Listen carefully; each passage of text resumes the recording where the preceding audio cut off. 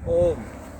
मंच पर विराजमान आदरणीय आचार्य जी, संस्थापक गुरुकुल विश्व भारती रोहतक, उपस्थित शिक्षकगण, प्यारे विद्यार्थी,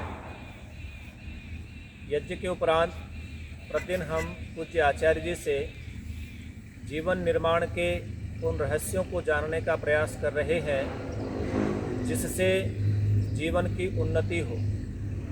विचार बनाए जीवन, जैसा विचार वैसा संसार। कल हमने पूज्य आचार्य जी से विद्यार्थी ऐसा कौन है या विद्यार्थी के अंदर ऐसे कौन से गुण होने चाहिए जिससे वो शिक्षा को प्राप्त कर सके। वेद के मंत्र के माध्यम से, मनुस्मृति के श्लोकों के माध्यम से, नीति के श्लोकों के माध्यम से पूज्य आचार्य जी ने हमें अवगत कराया कि विद्यार्थी का जीवन पवित्र होना चाहिए। अद्भिर्गात्राणि शुध्यन्ति मनः सत्येन शुध्यति विद्या तपोभ्याम भूतात्मा बुद्धिर्ज्ञानेन शुध्यति। ये शरीर जल से शुद्ध होता है। शरीर की शुद्धि जल के माध्यम से करें और मन की शुद्धि सत्य के माध्यम से करें। सत्य वो है जो जैसा है उसको वैसा ही कहना, लिखना, मानना, ये सब सत्य कहलाता है। तो सत्य का अनुष्ठान जिसके जीवन में होगा तो मन पवित्र रहेगा।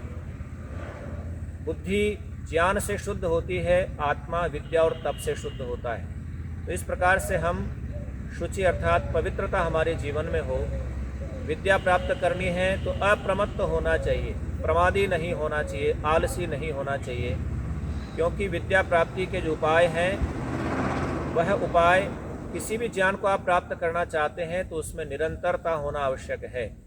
यदि उसमें निरंतरता नहीं है तो आप ज्ञान प्राप्त नहीं कर पाएंगे। इसलिए प्रमादी नहीं होना है। मेधावी बनना है।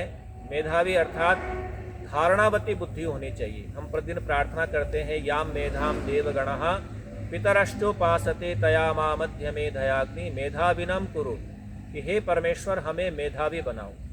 मेधावी बनने के लिए नियमित रूप से प्राणायाम, ध्यान और शुद्ध आहार हम करेंगे तो हमारी मेधा बुद्धि तीव्र होगी, अर्थात धारणावती बुद्धि हमारी होगी। और चौथा उपाय आचार्य जी ने बताया ब्रह्मचर्य। ब्रह्मचर्य तपोत्तमम, कि ब्रह्मचर्य जो है उत्तम तपों में एक तप है। और इस ब्रह्मचर्य के द्वारा हम अपने जीवन को चरितार्थ ज्ञान से युक्त कर सकते हैं।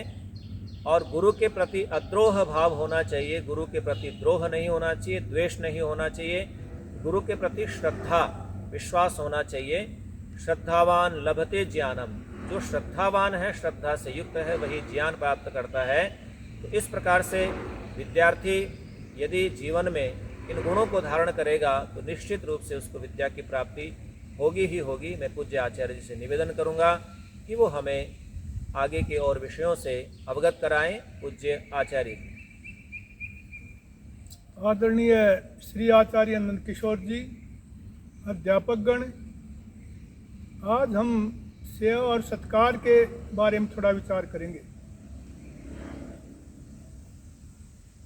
यदि कोई विद्यार्थी, कोई भी मनुष्य किसी दूसरे के काम आता है, उसका सहयोग करता है, उसकी सेवा करता है, उसकी आवश्यकताओं की पूर्ति करता है, तो दूसरा व्यक्ति भी उसके प्रति सद्भावना बना लेता है। यह सद्भावना सेवा से होती है। और बड़ों का आदर सत्कार, पूज्य भावना उनके प्रति रखे, उनकी आवश्यकताओं को, उनकी जैसे देख ले कि इस वयोवृद्ध व्यक्ति को किस चीज़ की आवश्यकता है। ये मेरे गुरुजी हैं, ये मेरे माता पिता हैं, मेरे दादा दादी हैं, इनको क्या चाहिए, इनके पास बैठने से प्रसन्नता इनको मिलेगी, या इनको इस समय भोजन की आवश्यकता है, या इस समय इनकी स्नान आदि की आवश्यकता है। इस प्रकार से जो व्यक्ति बड़ों की सेवा, शुश्रूषा, आदर भाव करता है, उस व्यक्ति का वो प्रभाव मानते हैं, उसके प्रति सद्भावना बनाते हैं, वो सहयोगी बने रहते हैं, उनको उसका आशीर्वाद मिलता है। तो ये जड़ हो चाहे चेतन हो, जड़ों में देखते हैं एक माली अपने पौधों की सेवा करता है, प्रतिदिन को स्नान कराता है, पानी देता है, आवश्यकता अनुसार उनको दवाई भी देता है, तो वो अगले दिन सारा बगीचा माली का स्वागत करता प्रतीत होता है। और पशु पक्षियों में देखने में आता है कि एक गुरसल बोलते हैं यहाँ के लोग, काबर कहते हैं उसे, एक पक्षी होता है, वो किसी गऊ भैंस के ऊपर बैठ जाता है तो गऊ या भैंस उसको उड़ाती नहीं, उसको भगाती नहीं, वो क्योंकि उसको पता है कि मेरे शरीर में लगे हुए जो कीड़े हैं, चीचड़ हैं, कलील हैं, उनको ये तोड़ता है और मुझे रोग से रहित करता है, मुझे कष्ट से बचाता है। और वो गुरसल तो ऐसी होती है, गऊ या भैंस उसके सामने लेट तक जाती है। ये सेवा का प्रभाव है। एक महात्मा जी जंगल में रहते थे, जंगल के ही कंदमूल फल फाल खा करके वे रहते थे, और जंगल में हिंसक पशु भी रहते थे, हिंसक पशु रहते थे, शेर भी वहाँ घूमते थे। एक बार ऐसा हुआ कि एक शेर के पैर में कोई खजूर का कांटा गड़ गया, और वो कांटा खजूर का आपने देखा होगा, बहुत लंबा होता है, 4-5 इंच का होता है, वो उसके पैर में चुभ गया।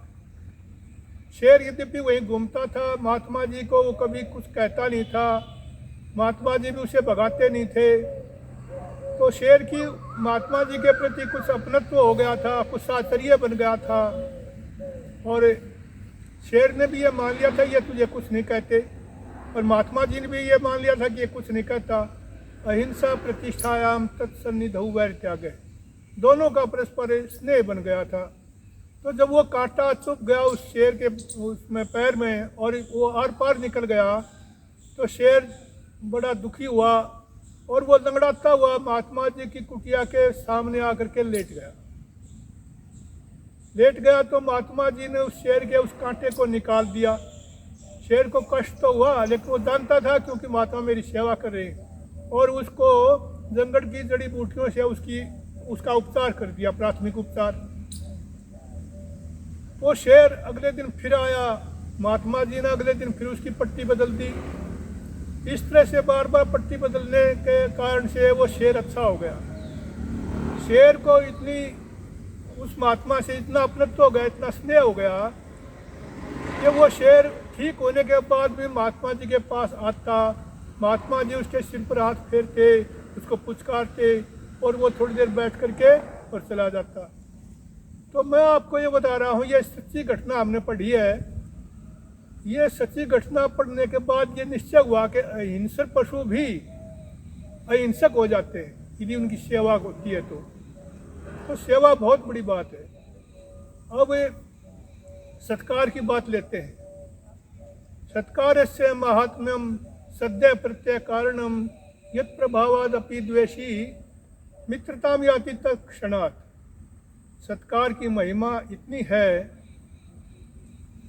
जो कि तुरंत हम विश्वास कर सकते हैं, विश्वास दिलाती है, जिसके प्रभाव से शत्रु भी यत् प्रभावादपि द्वेषी मित्रताम याति तत्क्षणात्, उसी क्षण मित्र बन जाता है। दूसरा उदाहरण आपको बताता हूँ। एक बार कौरव पांडवों का जब युद्ध हुआ, युद्ध होने से पहले तैयारी होने लगी, निश्चित हो गया कि युद्ध तो होना ही होना है। दोनों ओर से राजाओं को निमंत्रित किया जाने लगा, तो पांडवों के पक्ष वाले पांडवों की तरफ आने लगे, कौरवों के पक्ष वाले कौरवों की तरफ आने लगे। पांडु की पत्नी 2 थी। महाराजा पांडु की एक तो पत्नी थी माद्री और एक थी कुंती। कुंती के युधिष्ठिर, भीम और अर्जुन थे, और माद्री के थे नकुल और सहदेव। पांचों में बड़ा स्नेह था, बहुत अपनापन था। तो माद्री मध्य देश की थी, जो कि दक्षिण में दूर था। अब दुर्योधन ने ये सोचा कि मामा शल्य, जो नकुल सहदेव के मामा हैं, उनको भी निमंत्रण दे दूं, क्या पता वे हमारे पास ही आ जाएं। कुछ भी हो सोचा। दुर्योधन की तो यह प्रयास था। दुर्योधन तो श्री कृष्ण के पास, अर्जुन भी गया था, दुर्योधन भी गया था, मतलब दोनों की ये कोशिश थी कि ये हमारे पक्ष में आ जाए, ये हमारे पक्ष में आ जाए। तो निमंत्रण तो दे दिया। तो मामा शल्य ने कहा आएंगे भैया, ज़रूर आएंगे। युधिष्ठिर ने निमंत्रण दिया, युधिष्ठिर को आश्वासन दे दिया भाई ज़रूर आएंगे, लेकिन देखूंगा, मैं विचार करूंगा। मामा जी आना जरूर, मैं ज़रूर आऊँगा, आने की तो वचन दे दिया, लेकिन किसकी तरफ आऊँगा, किसका सहयोग करूँगा, ये नहीं बताया था। वो परीक्षण करना चाहता था कि मुझे कौन ज़्यादा चाहता है। तो दुर्योधन ने क्या किया कि उनके स्वागत के लिए देखा कि यहाँ पानी की व्यवस्था है, यहाँ सेना ठहर सकती है, और यहाँ उनके आतिथ्य के लिए शामियाने लगा देता, भोजन बनवा देता। उन्होंने पता कर लिया कि मामा जी के पास इतनी बड़ी सेना है, इतनी बड़ी सेना के लिए भोजन की व्यवस्था और पानी की व्यवस्था, सत्कार की व्यवस्था, विश्राम की व्यवस्था दुर्योधन ने कर दी। देखा कि अगला पड़ाव इतनी दूर पर होगा, अगली रात्रि वहाँ सेना पहुँच सकेगी, तो वहाँ भी आगे फिर व्यवस्था कर दी वैसी ही। ऐसे 5-7 स्थानों पर मामा जी 8-10 दिन में पहुँचने थे। 8-10 जगह उसने, दुर्योधन ने मामा जी के लिए, शल्य जी के लिए इतनी अच्छी व्यवस्था की कि शल्य जी गदगद हो गई, और ये सोच रहे मेरे भांजे युधिष्ठिर ने इतनी सेवा मेरी कर दी, कमाल कर दिया है। युधिष्ठिर को मैं जाते ही बहुत सराहूँगा, गले मिलूँगा, उसको गोदी में उठा लूँगा, मेरी कितनी सेवा युधिष्ठिर कर रहा है। लेकिन अंतिम पड़ाव पर देखते हैं तो दुर्योधन हाथ जोड़ करके मामा जी के सम्मुख उपस्थित हो गया। मामा शल्य ने देखा दुर्योधन, हाँ मामा जी, ये सेवा तुम कर रहे हो? मामा जी मैं कर रहा हूँ, आप मेरे मामा हैं, मेरा कर्तव्य बनता है। आपको रास्ते में कष्ट तो नहीं हुआ कोई? अरे कष्ट क्या, तुमने तो कमाल कर दिया। बहुत खुश हुआ, और खुश होकर के इतना खुश हो गया, यद्यपि वो शत्रु था, शत्रु पक्ष का था, लेकिन उन्होंने देखा कि युधिष्ठिर ने तो मेरी कोई सेवा नहीं की और ये दुर्योधन कर रहा है, यही मेरा अपना हुआ। फिर तो वो मामा शल्य ने युधिष्ठिर को आश्वासन, दुर्योधन को आश्वासन दे दिया कि मैं तेरी ही तरफ लड़ूंगा, तेरा सहयोगी बनूंगा, तेरी सेना में, मेरी सेना तेरे साथ है और मैं भी तेरे साथ हूँ। अब युधिष्ठिर को पता चला मामा जी आप दुर्योधन के पक्ष में गए, हम 500 भाई आपके भांजे, और आपको ऐसा शोभा नहीं देता। उन्होंने कहा भाई जो सेवा दुर्योधन ने की है, मैं उसका उपकार तो चुकाना ही है मुझे, मैं तो उसी की सेवा, उसका सहयोग करूंगा युद्ध में। तो मामा जी आपके भांजे हैं, हम 500, हमारा कोई ख्याल नहीं करोगे? तो शल्य ने कहा कि मैं आप आश्वासन देता हूँ, तुम 500 भाइयों पर मैं बाण नहीं चलाऊंगा, तुम 500 भाई मेरे और से तो जीवित रहोगे। और मैं चूंकि दुर्योधन को वचन दे चुका हूँ, लड़ूंगा उसी के पक्ष में, लेकिन मेरी सहानुभूति आपके साथ भी है। तो ये देखिए, शत्रु होते हुए भी सत्कार से, सेवा से दुर्योधन ने उसको अपना बना दिया। सेवा और सत्कार क्या नहीं कर देता, ये आपके सामने उदाहरण मैंने रखा। इसलिए हर किसी को अपनी सेवा और सत्कार के द्वारा अपना काम करना चाहिए, अपने सेवा सत्कार के परिचय से अपनी उन्नति करनी चाहिए। आभार पूज्य गुरुजी का। सेवा भावना हमारे जीवन में हो और आदर मान सत्कार हम दूसरों का करें, ये दोनों श्रेष्ठ विचार हमारे जीवन में आएंगे तो निश्चित रूप से हमारा कल्याण होगा, हमारे जीवन में उन्नति के पथ पर हम निरंतर आगे की ओर बढ़ते रहेंगे। इन दोनों भावों को अपने जीवन में अपनाएं। जलबिंदु निपातेन क्रमशः पूर्यते घटः स हेतु सर्व विद्यानां धर्मस्य च धनस्य च। इस प्रकार से हम निरंतर उन्नति के पथ को प्राप्त करते रहेंगे। पूज्य आचार्य जी का बहुत बहुत धन्यवाद, आभार। ओम।